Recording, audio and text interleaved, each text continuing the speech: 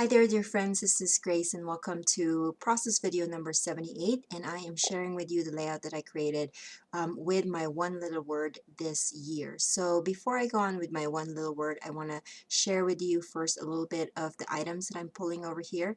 These are from my January, February homemade kit, and I'm starting with a craft cardstock. I'm sorry my video was moving around. My little guy was trying to play with my setup, my tripod setup. So first of all, these are pictures that are just printed from home, so they are not the best pictures. And I actually, the one on the right was kind of a mistake because it didn't print out my whole face, and so I thought, well, maybe I can use that for layering, and I did try a few times to try to put it in there, but because it's not 3 pictures and there's just 2, even though I added this You're a Gem paper there to make it 3, it still didn't work out right. So you'll see me struggle with that a little bit. But a few more things about the products that I'm using. Craft cardstock is my base. The 6x6 paper pads are from a pink paisley line. It's Cedar Lane. And then those 3x4 cards are from, where are they from? Authentic. And then just a few more embellishments from the ephemera pack of Cedar Lane. And then stickers. I think those sticker sheets are from Authentic as well. So I just decided I was going to do a layering. By the way, this layout is based off of a challenge from Craft Plus Challenge blog. And the challenge is, of course, to use craft cardstock as a base and then also have some hand lettering or handwriting. And so I'm going to be incorporating that. These acetate accents are from the ephemera pack of Cedar Lane. Okay, so while you're watching my process here, I'm going to talk a little bit about my one little word. If you haven't heard what a one little word is, it's a concept created by Ali Edwards a few years back, where you were to pick a word, just one word, that would kind of summarize what you want your year to be. It doesn't have to be necessarily connected to one specific goal, although if you pick a word that all of your goals will kind of encompass the goals that you have in mind. And so my one little word is going to be sufficient.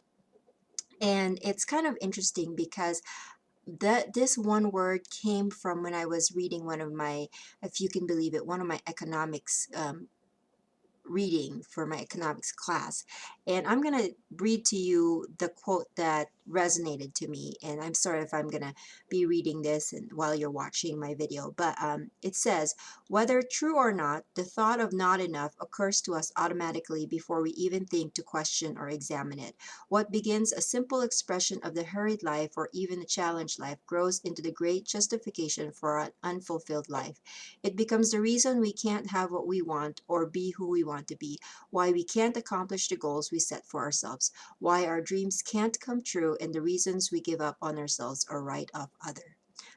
So that really resonated to me because I am kind of in that situation most of the time where I complain, I don't have enough time, I don't have enough money, I don't have enough this, blah, blah, blah, blah, blah.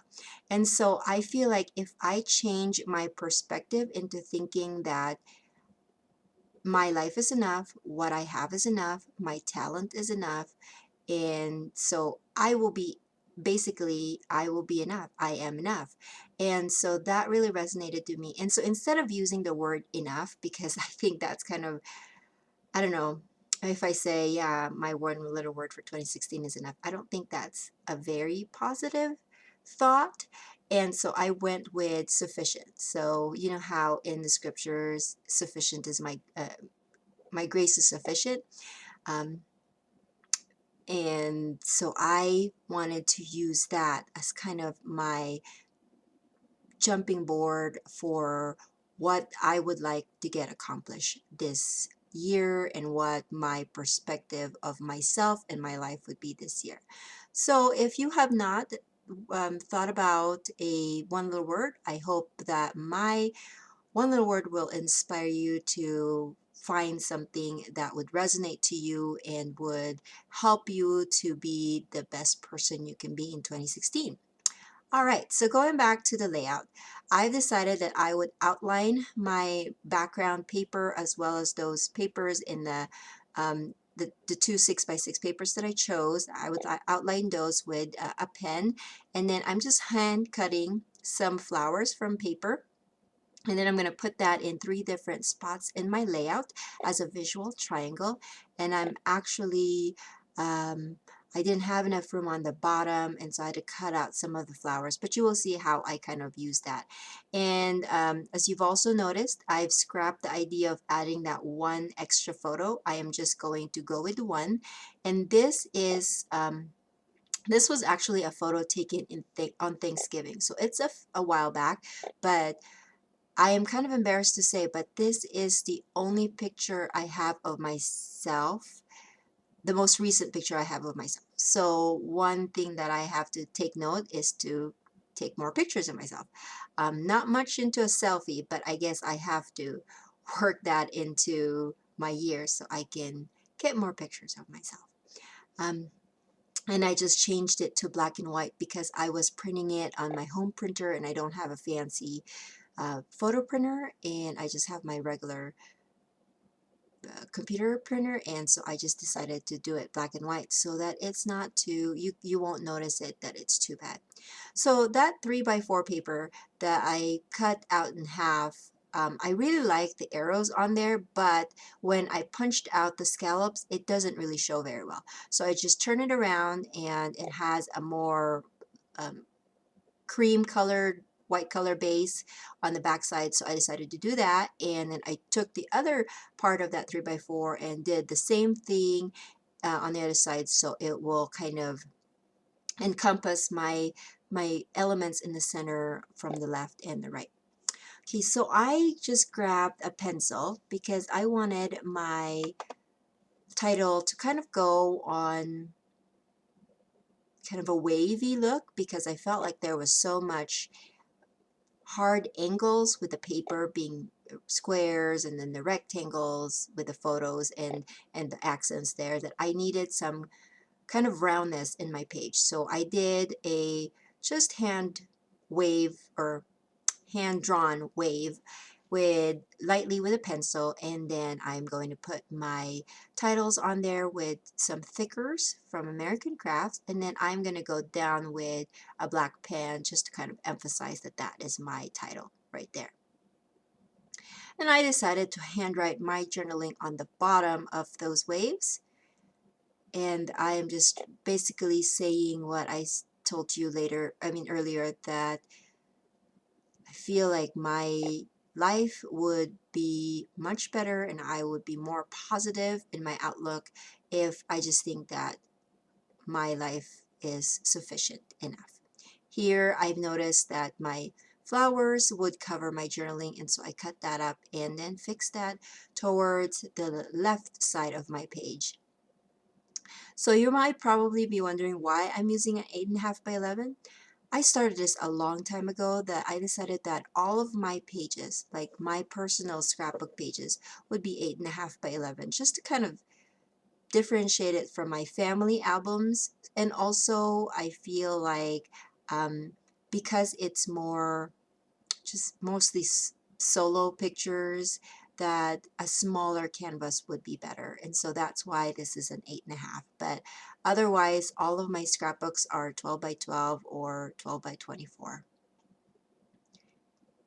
And I am just doing the same thing with the rest of what I did with the rest of the papers. It's just highlighting that with some pattern paper and then doing some layering. At first I thought I would do the "You're a Gem" as my title, but it's my one little word layout, so I needed my title to be my one little word. Don't you think so? I thought so. So that's what I went by. And then I'm just going to adhere all that. I tried this technique that I've seen a lot of people that do layering, where you, when you're ready to adhere, kind of go from the top to bottom so that you don't move your layers too much or you don't lose them. So I try to do that, and I like the results of it. I don't know if I do a lot of layering enough for me to do it all the time, but we shall see. So that those accents are from the ephemera pack of the Cedar Lane from Pink Paisley, and then I'm just trying to find a spot for them. That circle with the pink, or the circle with the gold glitter and pink, I will add the word I am enough. I actually was looking at this sticker sheet that had words on there, and I thought that they would have at least I am, but they only had that word I, and so it wouldn't look good if I added the other um, smaller letter stickers on there. So and I'm counting my letters because I like to make sure that they're even. So I count them, and then I figure out which is the center letter, and then I start from there and then work my way to the left and also to the right, just to make sure that my word is centered onto the element that I'm adhering it to. And then here I'm going to complete the little note that I am enough, and I'm actually going to adhere that with some dimensional adhesive. So I'll pop up a little bit, and I'm adding my little hearts on the top right of the page. What did I cut? Oh, I cut out just a little bit of foam adhesive so that that little pink heart will be raised up against the background. And you know, these are acetate accents, and I could have just adhered them with my tiny attacher so you don't see the mini glue dot that I adhered, but I figured, you know what, it's okay. I'm just gonna go for it, and then I'm just finishing it off with some splatters of some Glimmer Mist, gold Color Shine, sorry, not Glimmer Mist, Color Shine from Heidi Swapp. So here are some, oh, I can't talk. Here are some close-ups of my layout. I hope that you were inspired by this page, and I will see you when I see you. Bye, guys.